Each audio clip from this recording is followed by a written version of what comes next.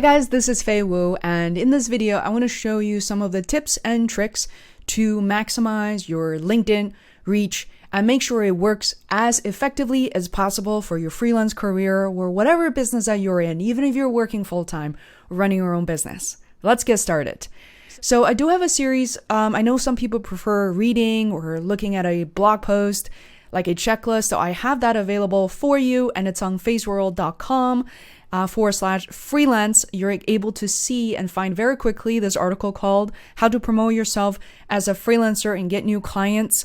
And there's a section, I'm going to scroll down here and walk you through line by line on what I recommend that you do for LinkedIn. So first, once you start working as a freelancer, what you want to do is make sure that you update LinkedIn so that your previous job, especially if you're working full-time for a company, you want to make sure that is no longer at the top of the list. Now you're seen as a full-time freelancer. Now, it could also be the case that you're still working full-time, part-time for another company and you're a side hustler for your freelance career. That's also okay, but make sure that you make that known. Now, a lot of people ask the question, which is, hey, Faye, if I haven't started a company, I haven't incorporated a company, what should I do instead? So this is where this example will come into play, very handy. So for example, my friend Julia Klinger is a freelance copywriter and she still works for her company full-time, but this is something that she does on the side. And therefore, you're able to see that she's simply calling herself freelance copywriter. That's her title, that's her role. And Julie Klinger, which is her full name, is simply what you can put down for your company. It does not, or LinkedIn does not check or require you to start a company before you're able to use your full name. Now, if you're like me, who started a company, you incorporate an LLC or a C Corp, an S Corp, you can definitely legitimately list it there. Even better yet, you can even update a logo for your company as well. And here, if you have multiple roles like I am, I recommend that you list them all, especially if they are kind of different and differentiated from one another. For example, I am a freelance digital marketer, project manager, but I'm also a producer for independent documentaries, such as the one I produce for Feisworld. And I am also a creator and I run a mastermind called Alt Podcasters, which is an international mastermind for podcasters from around the world. And last but not least, I'm also the creator and host of Feisworld podcast. And for each of these roles, you want to just say a few things. Doesn't mean that you have to write a whole essay about it, but make sure you call out and highlight the skills that you're using and also why you're passionate and interested about your project. I think your passion really comes at the same time as your skill sets are. If you're simply listing things that you're good at, or you have this certificate, or you've been doing it for this long, it's hard for people to sometimes engage if it seems like it's just something that you do and you've been doing it for a long time. So that passion and interest definitely could come through how you write about it and how you talk about it. Let's talk about a couple of really what I call quick wins, which is make your email visible.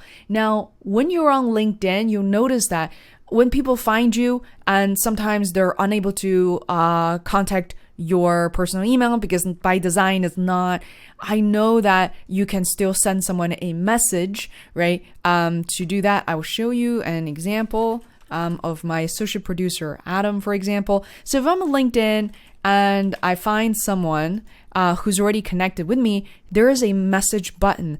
And theoretically, when it's done right, you know, when you sign up for LinkedIn, there is an email address associated with your profile. And therefore, when I message you on LinkedIn, even when you're not on LinkedIn, you're supposed to get an email update. Now, the challenge is sometimes people overlook those updates and those messages. And also sometimes Gmail is putting the LinkedIn updates into the promo folder. Very troublesome to me and to you as well, as you should be, because that's when you miss out opportunities, whether it's freelance or otherwise.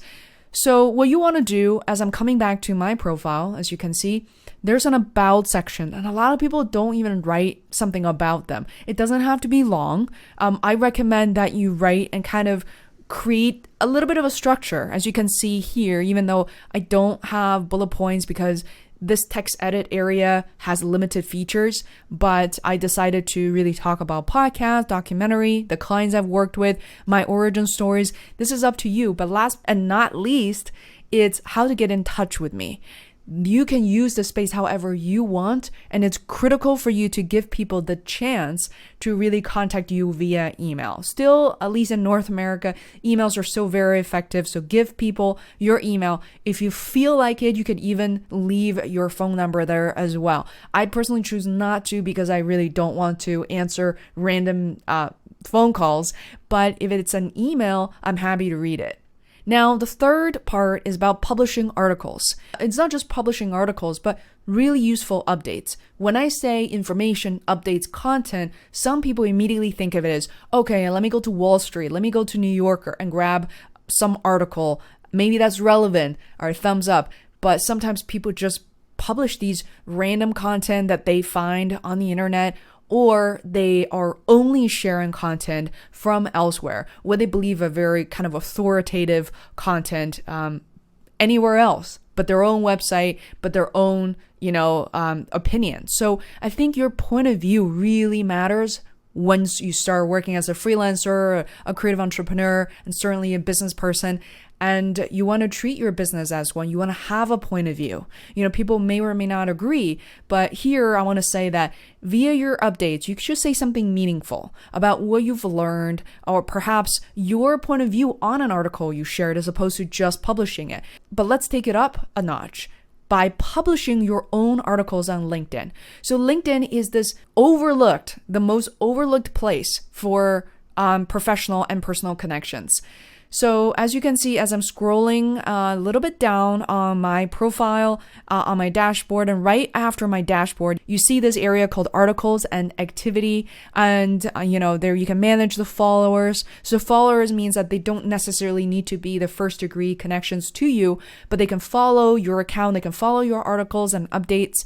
And here, as you can see, all of these updates are generated by me, including this article featured here called How to Find Your Niche for Freelancing in 2019. There are comments, and also there's some of This Is My Podcast, How Exactly Can You Get Better at Telling Your Own Stories? This is an interview I conducted with Anna Lehman, and right above it, that's actually a YouTube video that I recorded about freelance careers. You can also see all articles published by me. I've definitely published regularly, but I don't publish here as often as I do on Feisworld.com, just because, number one, I should get better at it, so should you. And the reason is I don't always find everything I publish on Feisworld.com to necessarily be relevant to what I'm doing on LinkedIn. I want LinkedIn to be very career, professional, topic focus, as opposed to sometimes a documentary films and things like that I do specific to Feisworld might not be of interest to LinkedIn. But these things are the things you can test. To start a new article, it is quite easy to do here as well. When you first come to LinkedIn, if you just go to the homepage and you're defaulted to feed, and you have something called start a post. So underneath start a post, there's something called write an article. So the difference between the two is a post appears to be something like this, exactly where I'm pointing at. Gareth Martin posted something, he will write something, and he can post an image, you can share a video natively on LinkedIn, where you can use a YouTube URL as well. But to write an article, you need to click on this blue hyperlink, start an article. And here under article, you can upload a banner image at the top. You can create a headline and simply write. And here the control and content types you have access to is by clicking on this sort of square and a little plus sign. You have options to access or upload images, videos, slides, links, snippets. So you don't even have to go all that crazy. Text format is just fine if you don't have other types of content to share. Let's move on to the next thing. Turn on career interest and let recruiters know that you are ready to be hired. So this option is here under your profile. So you need to click on your little thumbnail or simply go to your profile homepage. And right here in the second section, sometimes if this is not turned on, you will see that show recruiters what you know. And this is a quiz section. Right underneath your profile, if you're already open, you won't see this message. Otherwise, show recruiters you're open to job opportunities. You control who sees this. So you click on get started. And this is new, actually. Before it was just a little toggle, but now you get to select, you can add a job title. You can select the location, the types of work that you're interested in. So you certainly don't have to commit to all full-time. The good news is now you have contract work, also known as freelance work, part-time work, internships, volunteer, temporary, remote. You can check combining something like part-time, contract, and remote, but you could also do something like full-time, contract, and remote, and only recruiters will see. So this means that your other connections on LinkedIn won't be able to see this. So I would say kind of in conjunction is you want to consider reaching out to people personally instead of just sharing updates and posts. As you know, LinkedIn is part of social media. It's just a professional social media. And based on the algorithms, a time of day, people are not guaranteed to see your content. Sometimes it's quickly pushed down. And no matter how important it is, how helpful it is, people are not seeing it. So what you want to consider is to reach out to people personally. Now you can do that via LinkedIn, but you can also do that via, guess what? Emails, text messages, make it personal. Reach out to people and let people know what you're up to. So here on my website, via this article, I even included a little template if you want to kind of branch out a little bit, customize it however you want to. For example, hey, how have you been? I'm writing to let you know that I've finally taken the leap to become a freelancer. The previous company I was with, name, allowed me to hone in on skills such as this. I'm also interested in learning new skills in these areas. See, you kind of pivot to not just the thing you know how to do, but also new things you want to explore and experiment.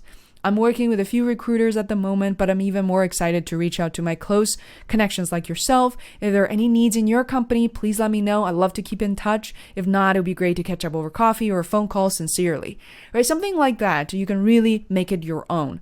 And that's related to, don't spam people. And try not to add 300 people to your Gmail or create an email list using MailChimp ConvertKit, because that's not what those tools are designed for. People need to be able to opt in before they receive constant or regular emails from you. So you want to send these personalized messages. I know it sounds like a lot of work, but look, if you're just going to do it to 10, 20 people, it's not that much work. Doesn't matter. It's not about those people giving you work, but it's about getting back in touch with people. That's what I will conclude for LinkedIn updates. And I know there are a lot of tutorials and information on how you can analyze every section of LinkedIn. I would say make it your own and watch some of those videos. And definitely there are areas you're not taking advantage of. One last thing I forgot to say, which is make sure that you talk about the projects you worked on previously. So if I scroll all the way down, there's an education section. Most people have those filled in, certification, accomplishments. Under accomplishments, there's a little plus sign if you want to add, projects and courses. But I talk about all the projects I work on. And if I expand that, you will see that I list them based on recency. So you're able to see the documentary project. You're able to see there's a link. You can see the project. If I click on that, they'll take you to Feisworld Documentary. People don't have to guess or have to navigate to places they're not familiar with. That's really important. You want to also credit other people, maybe give them a heads up before you list them, which is, Feisworld podcast. And for example, I do list my associate producer and people who have been involved, helped with the design or, recruiting new guests, whatever it may be. Lastly, recommendations. Recommendations are really important. This is way more important than somebody clicking a button and say you have certain skill sets. People in their own words, especially if you have clients over the years, you build them up. What you're seeing on the screen right now, Michael Bryan and Kathleen Sheridan were both my clients and people I spoke with on my podcast and working with me as podcasters and as business people. So this is wonderful. You want to catch these moments instead of giving people more work. When they have something they will want to tell you on a phone call, on a Zoom chat, capture that moment. You can even, in their words, as they're saying that to you, take some notes because the word choices that they use are really important. And what you can do is even share that as a draft and say, hey, Michael, you said that about, in this case, my All Podcasters Mastermind group. I really love what you said. Is it okay for you to share this? And feel free to make revisions you want. to my website or to my LinkedIn profile. So most likely 9 out of 10, they're going to say yes. I literally haven't had anyone who said no to me, and they're proud to be connected with you. So I hope you find this helpful. Let me know your feedback, send me your LinkedIn profile. I would love to stay connected. So thank you so much for watching. If you haven't subscribed already, please do so. Click the bell button because I would love to see you in a future video. Thank you and bye for now.